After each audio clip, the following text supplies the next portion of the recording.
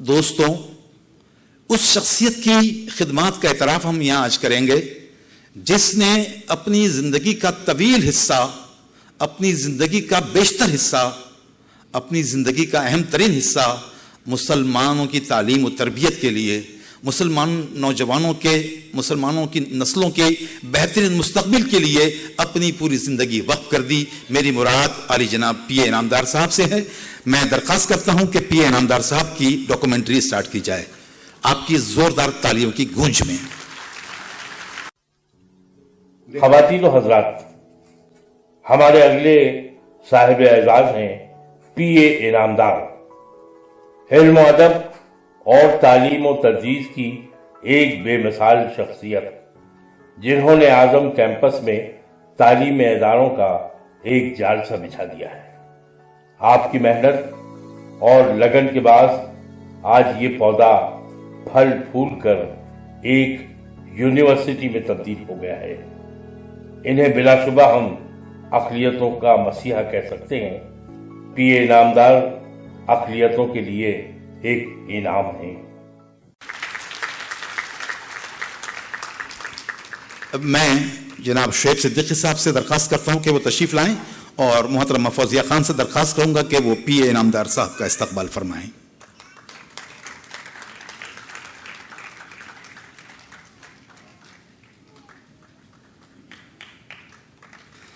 तालियां जोरदार होनी चाहिए, इसलिए कि पी ए इनामदार साहब की शख्सियत आपकी बहुत ज्यादा गूंजदार तालियों की मुस्तहिक है।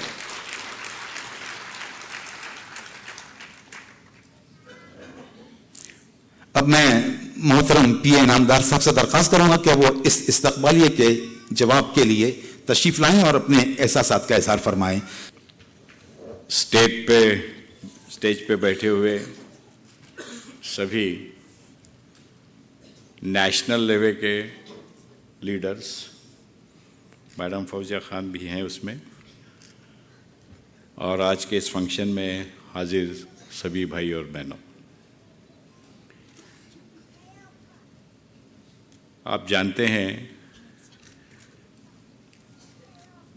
कि माइनॉरिटी के लोगों को एक जगह लाना, उनके प्रॉब्लम्स को समझना और ख़ास करके तालीम से जुड़े हुए प्रॉब्लम्स को समझना, उसके कानून को समझना और उनके प्रॉब्लम्स को रिजॉल्व करने के लिए क्या कोशिश की जाए, इसके ऊपर एक्शन लेना, मुझे लगता है कि बहुत बड़ा काम फौजिया खान मैडम ने हमेशा करने की कोशिश की हुई है। कोई प्रॉब्लम्स को नेशनल लेवल पे रिजॉल्व करना इतनी मामूली बात नहीं होती है। बहुत हलचल, बहुत भागदौड़, बहुत इंफॉर्मेशन के साथ जब आप पहुंचते हैं तो उस वक्त में कुछ प्रॉब्लम सॉल्व हो जाते हैं। सबसे पहले मैं आपके सामने इस बात को रखना चाहूँगा कि माइनॉरिटी क्या चीज़ है, और आपको ये जानकर बड़ी खुशी भी होगी और आपको अच्छा भी लगेगा। भारत के हर शख्स ये माइनॉरिटी है, हर शख्स ये माइनॉरिटी है। कि आर्टिकल 30 कॉन्स्टिट्यूशन में क्या कहती है? Religious and linguistic minority. सारे लोग either they are religious minority और लिंग्विस्टिक माइनॉरिटी।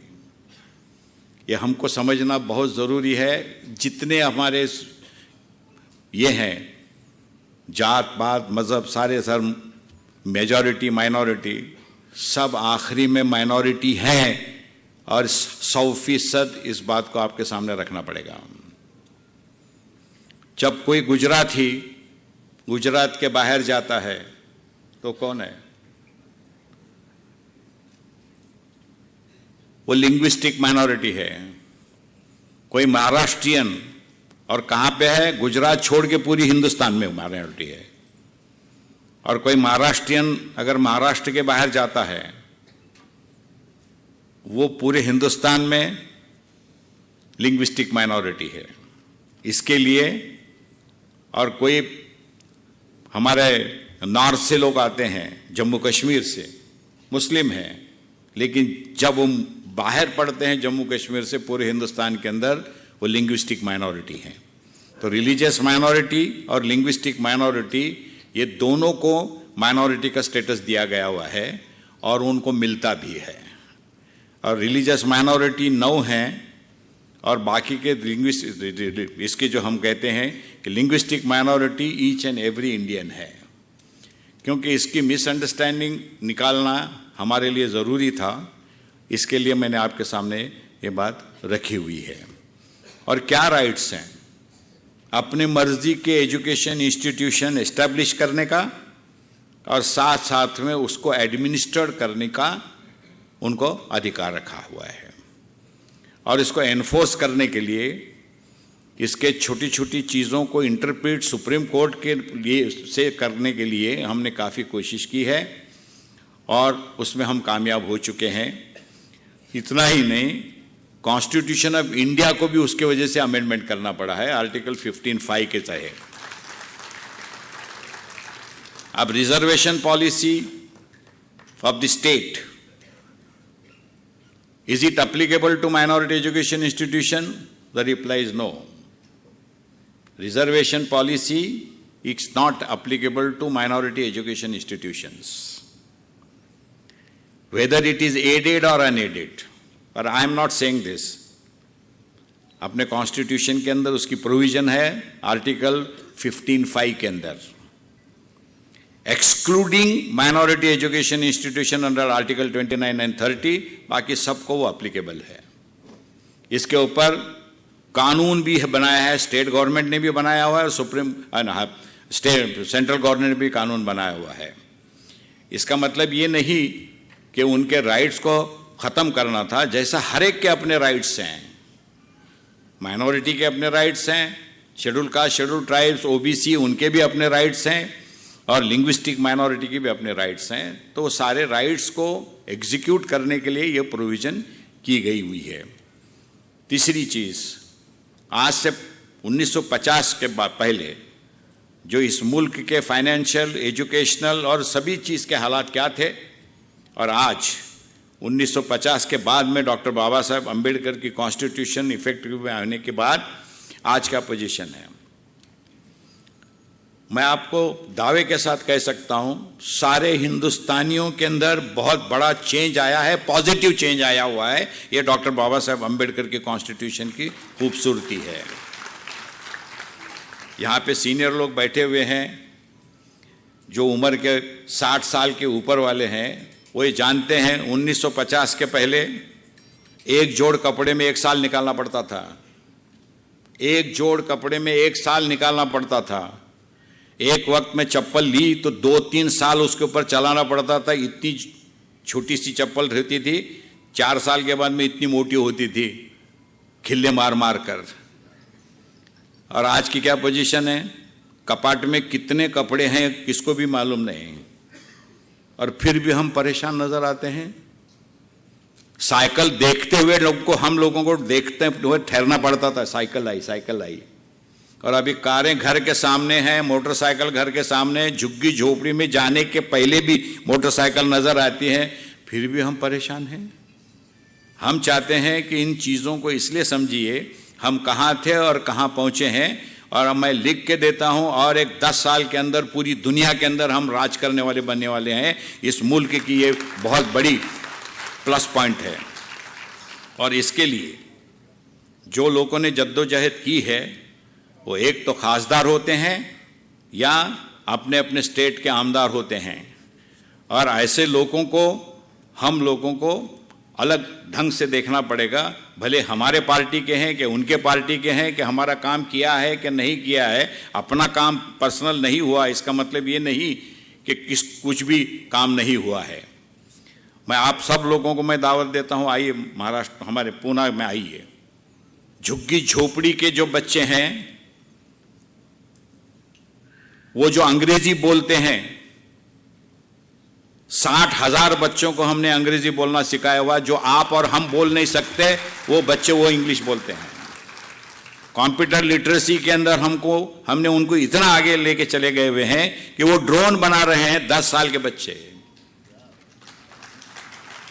मेरे को आपके सामने ये बात रखनी है कि हमने क्या किया इसके बारे में नहीं है। किसी भी कम्युनिटी के हो, मुस्लिम हो, हिंदू हो, क्रिश्चियन हो, पारसी हो, जैन हो, गरीब हो, अमीर हो, ये सारे बच्चे बचपन के अंदर उम्र के 1 साल से 12 साल तक उनका टैलेंट सेम होता है। इसके ऊपर हमको भरोसा करना पड़ेगा। सिर्फ अपॉर्चुनिटी मिलती है कि नहीं मिलती है उससे फर्क होता है, उनके टैलेंट में कोई बदल नहीं रहता है। इसलिए हमारा फर्ज क्या है, उनको अपॉर्चुनिटी देने का काम करें। आपको ताज्जुब होगा अगर मैं ये कहूं कि वो दिन आ चुके हैं, बहुत कॉम्प्लिकेटेड दिन आ रहे हैं। अभी टोटल टेक्नोलॉजी यहां तक बदल गई है, आर्टिफिशियल इंटेलिजेंस का मामला आ गया है। आप जानते हैं ये क्या चीज है? हजारों नौकरियां चली गई हैं आर्टिफिशियल इंटेलिजेंस के वजह से। हजारों बड़े बड़े कंपनियां जो इंटरनेशनल लेवल की कंपनियां थी उन्होंने अपने लोगों को डिस्चार्ज कर दिया हुआ है। आपने न्यूज में पढ़ा रहेगा। और आने वाले दिनों में ये बहुत बड़ा ये होने वाला है, वकीलों से लेके डॉक्टरों से लेके सबको। अभी वहाँ पे डॉक्टरों के पास भी जाने की ज़रूरत नहीं पड़ने वाली है और वकीलों के पास भी जाने की ज़रूरत नहीं पड़ने वाली है। आप खाली मोबाइल के ऊपर कुछ ये हैं कोड्स हैं, उसके ऊपर अगर आप बात करते हैं तो आपको पूरा आंसर पेपर के ऊपर आने वाला है। कोर्ट के लिए अभी पेटिशन वगैरह के लिए वकील के पास जाने की ज़रूरत नहीं है। आपने बोल दिया ये सेक्शन के तहत मेरे को ड्राफ्ट मांगता है, आपके सामने आने वाला है। तो ये जो बदलने वाली दुनिया है उसको भी हम लोगों को समझना पड़ेगा और उसके बाद में उसके अमल करने के लिए क्या क्या प्रॉब्लम्स आने वाले हैं, क्योंकि कॉमन आदमी के लिए बहुत चैलेंजिंग बात होने वाली है। तो हम इन सारी चीज़ों को समझने के लिए माइनॉरिटी एजुकेशन इंस्टीट्यूशन के उनको एक जगह लाकर, क्योंकि सबसे बड़ा प्रॉब्लम माइनॉरिटी एजुकेशन इंस्टीट्यूशन का है, तो उनको ये बातों को समझाना पड़ेगा। और हम अगर ये बातों को समझाने की कोशिश कर रहे हैं तो सबसे बड़ा लीड जो लिया है मैडम ने लिया हुआ है, मैं आप सब की तरफ से उनका शुक्रिया अदा करता हूँ। ये मजाक का मामला नहीं है। तो ये ऐसा ही काम आगे चलते रहे और आप सब उनका साथ दें, ये रिक्वेस्ट करते हुए मैं आपकी रजा लेता हूँ। जय हिंद। चश्मा सर, चश्मा।